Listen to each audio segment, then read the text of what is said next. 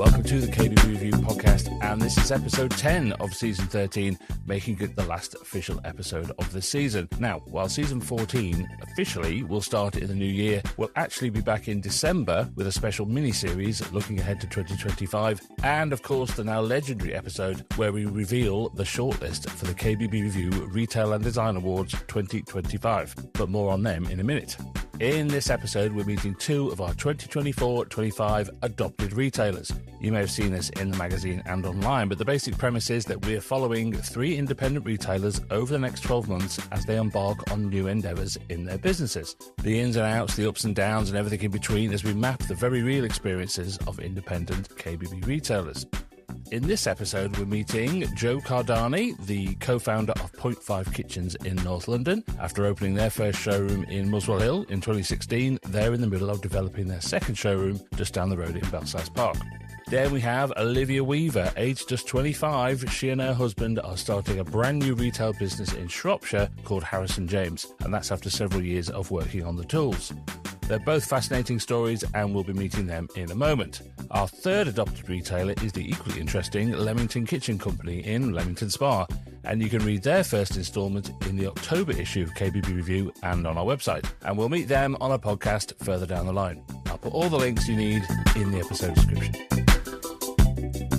Now, all this is made possible by our adopted retailer partner, Alku, the exciting new range of kitchen, bedroom and lifestyle furniture created with the designer in mind. We're delighted to have them on board for this, and you can find out everything you need to know about them, including how to become a dealer, at alku.co.uk. That's alku.co.uk. And I'll put that link in the episode description too.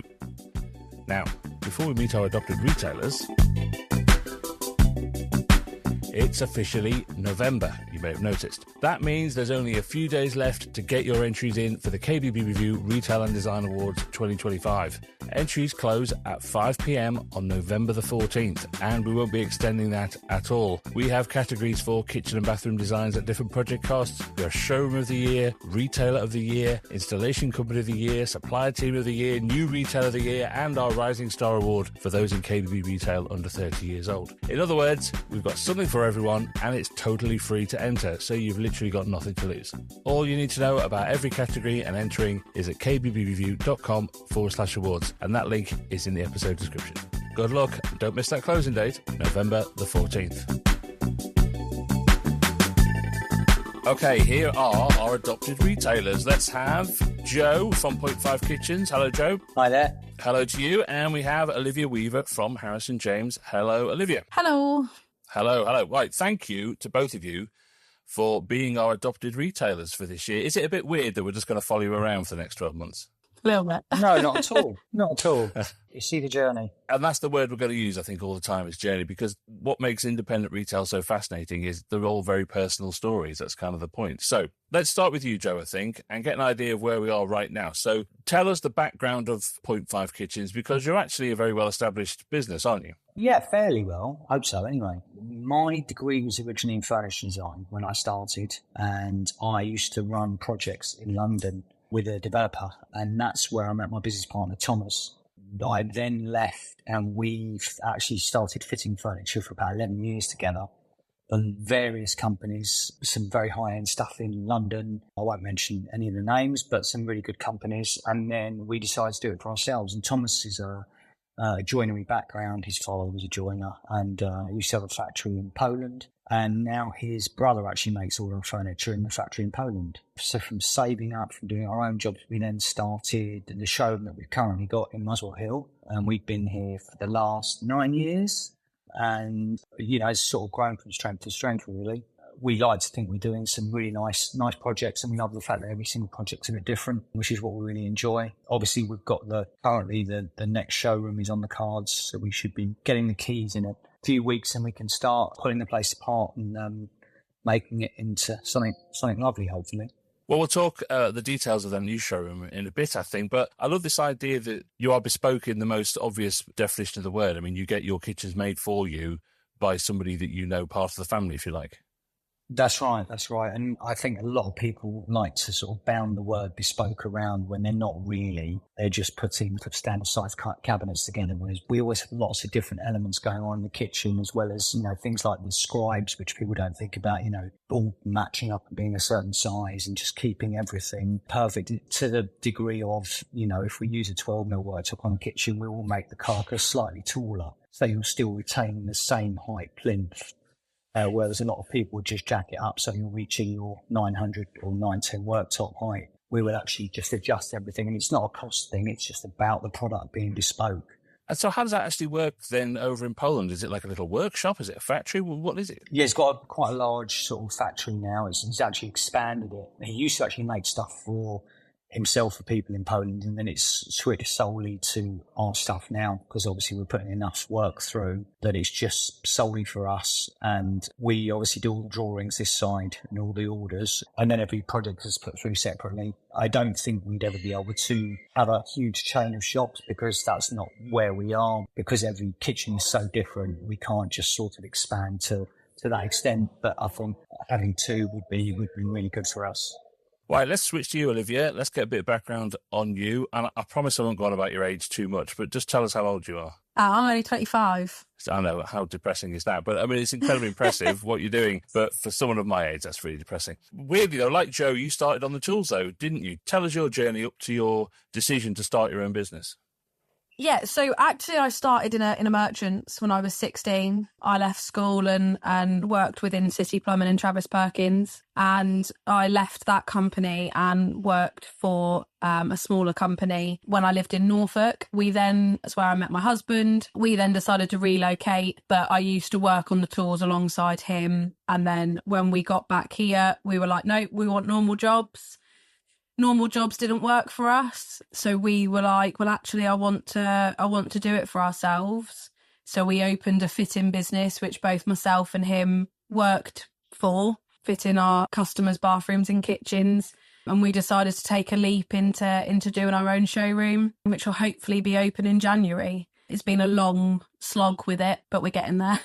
Which is great. And again, we'll do details of that in a bit. How we first came across you was you were sort of being pushed forward as a poster child for young female fitters. That was really what you became known for in various different events that we went to. How do you feel about that now? Do you feel like it shouldn't be that way, that this is a sort of weird request that's been put on you to be a poster child for that kind of issue? I don't mind, to be honest. I've always been quite an easy, outgoing person, working in builders merchants around builders since I was 16. You kind of get used to it in that sense. So I don't mind. I like that they're wanting to push females into the industry and not just into the merchant side. They're wanting to push them onto the fitting side, because yes, there are certain things that I won't be able to do because of I'm a small female. But there are lots of things that I can do on site. For example, trying to get into a smaller place, I'm so much better for than asking my husband to do it, who's larger than I am. So I don't mind. I like that they're pushing young females.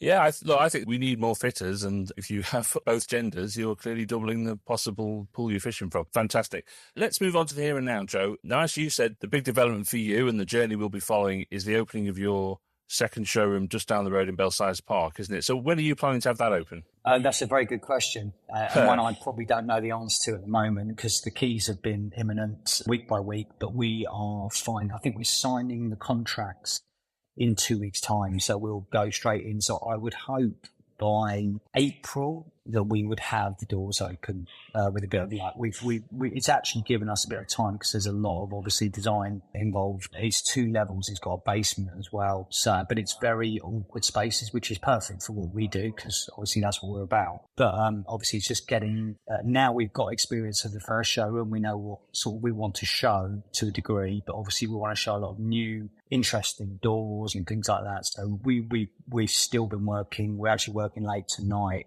try and finalise all of the layouts, all the designs for the layer, 2 different levels. So once we get in, we should actually be able to order the furniture pretty quickly, just make the space habitable and then start getting things in. And again, I think anybody who's ever opened a showroom will be completely sympathising with everything you've just said. Take us through the reasoning behind the decision to go for a second showroom in the first place. So I think it's just our natural drive to want to do more and not stop where we are, really. I think we're both, myself and my business partner, both very driven. And, we want to sort of carry on and see what we can do. But also Belsize, Muswell Hill, where we are, is a very good sort of affluent area. But Belsize Park is another level, really. We've got the surrounding areas are very affluent as well. So it's a very good location as far as we're concerned. And I don't think, as when we moved to Muswell Hill for exactly what we do, I don't think there's a great deal of competition there. Price point as well. I think for what we do, we're a pretty good price point. So hopefully we can really give the area something new. We do some work around there because it's only really about a 20-minute drive from where we are now, but they don't really know we exist in those areas. So to open a showroom there and have a presence, I think will really do us the world of good. Yeah, it's one of the peculiarities of London, isn't it? That you can be 3 or 4 miles away from somewhere and it's basically a completely different area.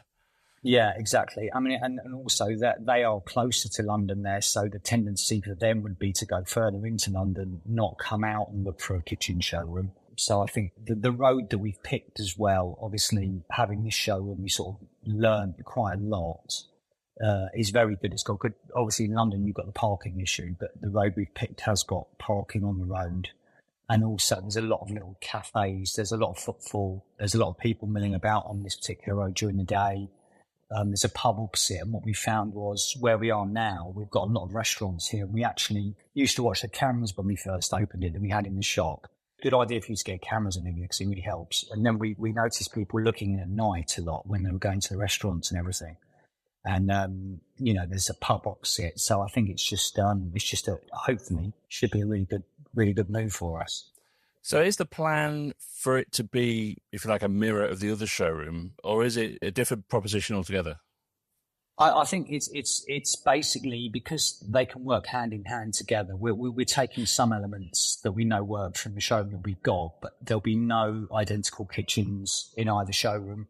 We also do wardrobes as well and things like that. We don't just do kitchens, so we do other furniture. So we're doing a lot of bars at the moment for people and things like that. So we're putting a nice bar in there and wine room of sorts and things like that just to show what else we can do. So the idea is that if someone is interested, we really get them on the hook that if there's something we haven't got in one showroom that they can't see, they can go to the other showroom and we can show them something there. We carry a lot of samples, but obviously it's always nice to see these things in the flesh. Just sounds so fascinating. A really interesting place. Belsize Park's a really interesting place to do it in as well. And again, anywhere else in the country, you wouldn't dream of opening a second showroom only 20 minutes down the road. But in London, it just kind of makes total sense. Olivia, let's go back to you. As you say, you've just started Harrison James, really. And it's probably worth saying that, you tell us why it's called that. So we started about a year ago. We're just about to file our first year's book. So we've been going for about a year and a half. So it's called Harrison James because that's actually our son's name. And everything we do is to improve his life, to give him everything he could ever wanted. And hopefully one day he'll either take it on, or if he decides he doesn't want it and wants to sell it, that's fine too. But inevitably everything is for him. And how old's he now? 2. So just to recap here, for those that are parents, you 6 months after your child was 6 months old, and that's when you started a brand new company from scratch. Yeah, it sounds crazy, really, doesn't it? It really does, yeah. I do totally get it. Obviously your husband and wife team, which lots of people in this industry are, you've got a young child. Was there a moment when you just decided to go for it? Or was it always a plan you were working towards? Was there a Sunday night when you sat around the table and just said, look, should we just go for it? Yeah, if I'm honest, I was having some issues at work when I worked for a company. When we first relocated, Harry was also having issues. I think part of them issues was because we had been self-employed beforehand. Going back and working for somebody else is very, very difficult because you know how to run a business and that person doesn't necessarily know how to run a business. They're just working for a business. So we kind of sat there and we got to a point that I was just like, I can't keep having these battles at work. And he was having the same kind of issues. And we were like, well, we know we can do it. Let's just do it. And we both handed in our notices and walked away. And and completely started afresh. Those of you that have seen the pictures of Olivia in our October issue will see that you're literally lifting and shifting in the bare bones of what will become your showroom. Where are you up to now? So we've got something that we're going to call the Snug. It's got a couple of sofas in it, a TV. Selfishly, it's actually for Harrison. It's got a stair gate and things like that and his toys. So when we are down here and working, there's a safe room for him to be. That room is then going to obviously stay the same, but it's going to carry on that important meetings happen in that room. As I said, there's a couple of nice sofas and that customers can come in. It's also that safe room that if people bring children into the showroom, there's somewhere that we can sit with our customers with their children, that they've got some toys to play with. There is somewhere safe for them to sit and the parents don't have to stress too much, because I found working within showrooms, and obviously I've done quite a lot of research for our area, there's nowhere else like that. There's nowhere really that's got anything for young families and children to come in. It's not a very child-friendly industry. We've then got a sample room, because we're not an industrial unit, we're actually a shop. We're on the high street shop. So we've got 2 floors, and then downstairs will be the main showroom, but we're in the process, but we've had new windows, new doors. The whole place is damp. We're having to do a lot of work to it to get it to a good standard for our kitchens and bathrooms. So Joe didn't know when his was going to be open. Do you know when yours is going to be open? Fingers crossed January. They're going to beat you, Joe. Yeah, they are going to beat us. I know. They're going to beat you. Good luck. You have already got one open. We have, yeah, we have. But as you said before, I'm quite jealous because I'm a lot older than you. So you're getting a good head start on me, to be honest. So good luck to you. Thank you. That's definitely a big factor. Being 25, obviously, a lot of people do look at you and think, oh, is she going to know what she's talking about? But the moment I left school, I went into the industry and I've fitted and I've worked in a showroom. I've pretty much done the whole lot. And I feel like at the age of 25, I have a very good knowledge of kitchens and bathrooms, which is hopefully only going to get better and better as years go on. So I hopefully have a very good chance of having a very successful showroom. You're always learning. So it's not, we're still learning now. So yeah. Having obviously known an awful lot of retailers in my time I've been doing this, you're absolutely right, Joe. Half of your experience is useless. That's what I always say. Half of your experience is useless because everything is always changing. And you have to have the attitude of, I'm always learning something. I'm always moving forward. I always have that momentum. Because if you think you know everything, you're going backwards. No, definitely. And I think it's brilliant that you're just going for it, to be honest with you. When we opened our showroom, everybody was telling us not to do it, not to go for it. And it was the best thing we ever did.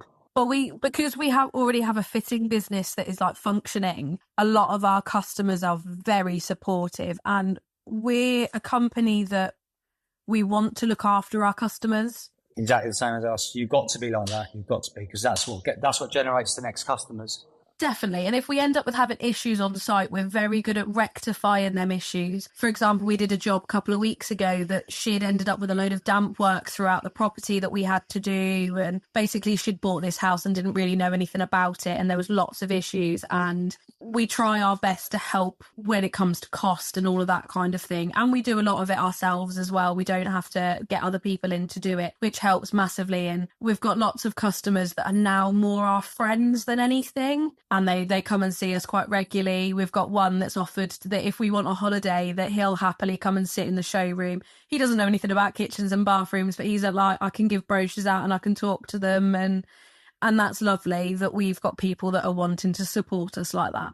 And that's good. I mean, what we do, to be honest with you, is we made sure, I don't know if you're going to do it, but we've actually got 2 live kitchens in the showroom. Maybe once or twice a year, we actually have an evening event where we've got a champagne fridge and we have a chef come and cook live, and we just treat all of our past and present customers and get them all along. They all have a drink together, and it's a really good thing to do, to be part of the community, like you'll say. And actually it works really, really well. You get a great buzz from it, and all the new customers who haven't quite used you yet speak to all the old customers, and there's no better seal of approval for the business, really. Yeah, we are. We're going to have, as I said, we're only a very small showroom, so we're going to have 1 kitchen on display and then a few bathrooms. However, hopefully we're going to be able to expand this showroom to be able to get another kitchen. But that 1 kitchen is going to be a working kitchen. Live, yeah, that's good. And that is our plan, to have people out and do cooking and all sorts. What's fantastic about all this is that you're both very different stages of things, both very different stories, but actually your motivations are incredibly similar. And that's what makes independent retailers in this sector so interesting, that they all fundamentally want the same thing, which is to give the best possible service. And you could be operating at the premium end of the market or the entry level of the market. They all have that same motivation. Olivia, what's been the biggest challenge you've had so far setting all this up? Because you're sort of finding your way through it, on a day-by-day basis. What's been the biggest hurdle you've had to get over? Actually getting the showroom open, I think, is a big part of our hurdle at the moment. Because we're also fitting, obviously, it is just myself and my husband that are within the business. We have got people that we obviously pay and things like that, like our electrician if we need any work doing and that. But we've had people come out and we had them plaster the shop or part of the shop, and then they kind of never came back and never got back in contact. So we're then having to do that ourselves, which is fine. We can do that. But just having an extra pair of hands sometimes to be able to do things like plastering, which takes a long time to sort, with working on the tools. And then in the evenings, trying to get a showroom open is very, very hard. And it has taken us longer than we wanted it to. But we have found a few good people that we can rely on. Our painter, for example, is brilliant. Our electrician as well, he's brilliant. And they really have stepped in and helped, especially with our site jobs as well. So they've stepped in and helped with our site jobs, which has given us more time in the showroom. I think what you find, if you don't mind me butting in, sorry, is also that obviously, I was very much hands-on like you guys are, and obviously your early stages, but we, once you've got some few good people behind you, you can't be or do absolutely everything. You need those people around you, because otherwise you can't run the business. You won't, when your business grows and gets bigger and bigger, you'll find yourself actually, you won't be on the tools as much because you just can't do it. You can't run the business and be the fitter and be everything to everyone. No, our next step is an apprentice to help that, because even now we're close to being open. Both of us can't be out on the tools sorting things. No, because one's got to be in the showroom, obviously. Yeah. Well, let's not forget you've got a 2-year-old son to look after as well. Yeah. Who is a handful. So there must be lots of childcares and nurseries. Oh, he is already the apprentice. He is definitely the apprentice. So look, how about you, Joe? Because I think many retailers harbour a dream of that second showroom and struggle to kind of get to the stage that you're at. So look, what's the biggest challenge you're facing? What's the thing that you've really got to get over to get to that end result? The biggest challenge is always just finding the right people to work around you.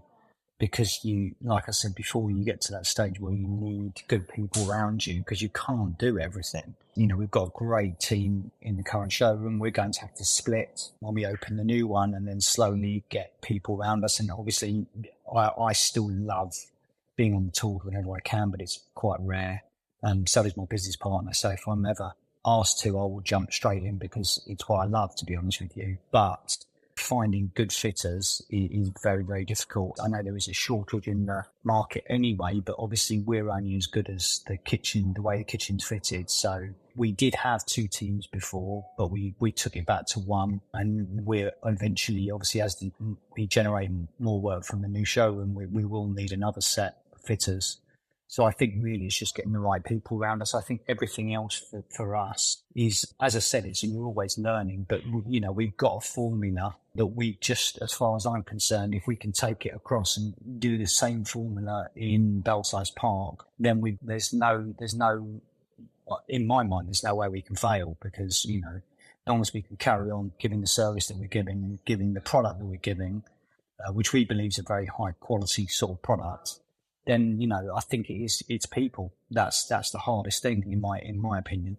Yeah, massively. So we're looking at apprentices for that reason, because getting good, reliable installers they just don't come about. So an apprentice, I think, is the best way forward for us personally. Yeah, again, there'll be a lot of retailers listening to this going, yep, I've been there, done that. I've been looking for things that the 3 businesses that we'll be following that they share. And I think one is the desire for customer service, as we said. I think the other is that you're all quite bold, entrepreneurial people. And whether you describe yourselves as that or not, I don't know. But it's like you all have this urge to be your own boss and the master of your own destiny. Is that a fair comment, Olivia, do you think? Yeah, I don't think myself, I'm quite a outgoing, loud person. I've never taken instruction very well. You go back to my school reports, it's always hasn't taken instruction very well. And I think in this day and age, you can't make any money when you work for other people, because obviously they're interested in making their lives better, not your life better. Very few businesses will actually look at their employees and think, well, how can we help them? And that's where independents come into it. I don't know if you're the same, Joe, but when we do look at having employees, I want to do little things for them. Like if their kids have got sports days, of course you can go to that. It's your child's sports days, things like that. But obviously big companies don't look at their employees like Agreed. that. I mean, we're quite flexible, really, and we always help out. We really try and treat someone that comes on board with us a bit like family, because that is how I would like to be treated if it was the other way around, you know. But what did your school report say, Joe? It was so long ago, I couldn't even tell you, to be honest with you. Is a big part of your motivations about being your own boss, being in charge of to be your own... completely honest, since I was a student, since I graduated from university, I've never worked for anyone. I've always been self-employed. So I've never actually had to write myself a CV or do anything like that at all. So it's always been, quite sort of self-motivated, really, to sort of push forward and do better. It's funny because obviously I'm a lot older than you, Olivia, so I was 50 at the end of September, but it's not until you start looking back at what you've achieved and you actually think, you know what, I have actually sort of achieved what I want. But I think what's that drive that starts things off, it never leaves you, so you're always pushing, you know, you're always carrying on. I think the thing that drives me the most is when you get told you're never going to make anything of yourself. You're never going to do anything with your life. You're never going to make anything of yourself. And actually, I look back and I left school in 2016 and I've come so far in less than 10 years that I'm now where I am, that I think that gives me even more motivation to do even better. So one day I can turn around to these people and be like, you're stuck in a dead-end job. It's terrible that you were told that. Well, unfortunately, I wasn't the best student when I went to school, but... Maybe they knew you well enough to know what your reaction to that would be. Maybe. To push you, yeah. Yeah. Maybe. I doubt it, but maybe. Well, let's round this off by looking forward a bit, because we'll be following your journeys over the next year. So, Olivia, where do you hope you'll be in a year's time? Hopefully, we are going to have another unit, which is going to be our distribution unit in a year's time, with a potentially another small showroom, but it's more for storage. We don't want to make our own kitchens. We're definitely not in a position to do that anytime soon, but we want to be able to store basics so we don't have to worry about any damages or anything like that. And just having a unit would be brilliant for us. Hopefully, fully open, successful showroom as well. Yeah, that goes without saying. Joe, how about you? In 12 months' time, where do you think you'll be? How will you be measuring the success of your new showroom? Just orders, really, to be honest with you. If the new showroom is starting to generate, it takes a while with us, generally, from someone walking through the door to getting a design done, to, you know, them choosing and going through to the point where they actually put the deposit down. I would say normally sort of at least 2 months, maybe more, because they normally come in with architect's drawings, so we've got to wait for the place to be measured up and a physical space sometimes so we can make things fit. But when we start getting deposits in the new showroom, I'll be happy, to be honest with you, and generating a lot of leads from that showroom. Well, that is brilliant, and I can't think of a better measure of success than that for any new showroom. So well done to you. Thank you, both of you, for joining us. It's been so fascinating having this conversation with you. And it's been great that you get to meet each other in this way. So that's fantastic. Yeah. And if you need any help with anything, or you've got any questions, Olivia, then get our details. And, you know, if you've got anything moving forward, just give us a shout, because we're always happy to help. Fantastic. Thank you very much. Pleasure. Well, we'll get you all on in a few months' time to see how you're all getting on. We'll do it all over again, and hopefully we'll have Amanda with us at that point. So listen, thank you both so very much. Lovely. Thank you. Thank you.